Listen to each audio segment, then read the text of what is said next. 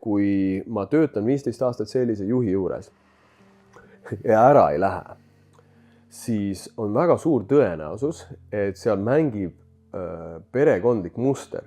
Ehk see karm juht meenutab inimesele kedagi tema laurusest, tema isa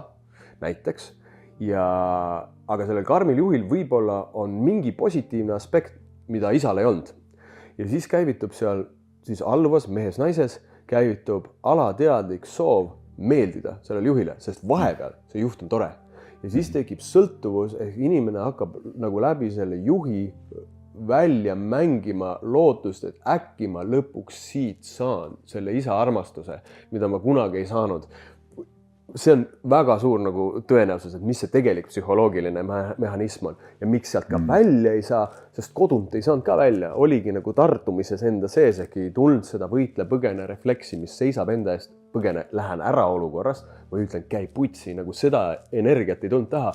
olengi seal nagu hirmul on ja nüüd võib-olla olengi perekohustused peale tõmmanud endale ja ei suuda nagu keset hirmu, vaata hirm pärsib ka ratsionaalset mõtlemist, ei suuda näha selle sees väljapääsu, sest hirm projitseerib tulevikku kõik võimalikud viisid, kuidas asi võib ebaõnnestuda.